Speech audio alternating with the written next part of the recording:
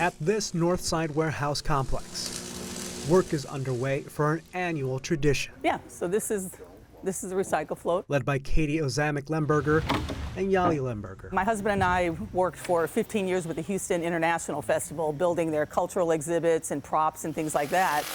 Their combined expertises in art and carpentry are a perfect match for one of Houston's biggest events. When the Mayor's Office of Special Events took over the Thanksgiving Day Parade, we did one float one year, and then we gradually started picking up more floats, and now we do sometimes upwards of 6 a year.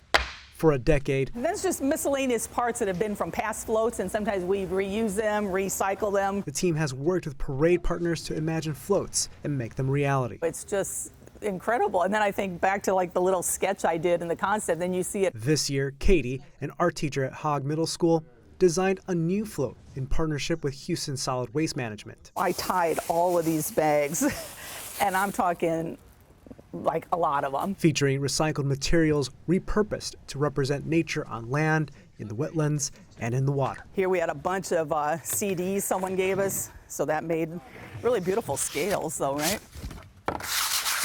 Yali Lemberger admits himself that he is not an artist, I grew up in a wood shop at home. but rather a carpenter since his youth in his native Austria. Now he helps create art using the tools and materials he's worked with his entire life. And then here's those discs I was showing you. The ones I'm cutting out right now, those are going to be the waste management advertising on those little discs around the float.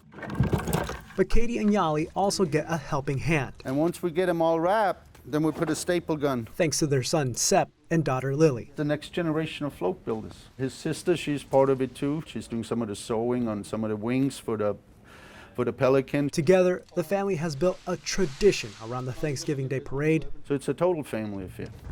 of bringing joy to others and building a stronger family bond. They grow up and then they actually come into the same stuff you do, and they get pleasure out of it and they get joy out of it.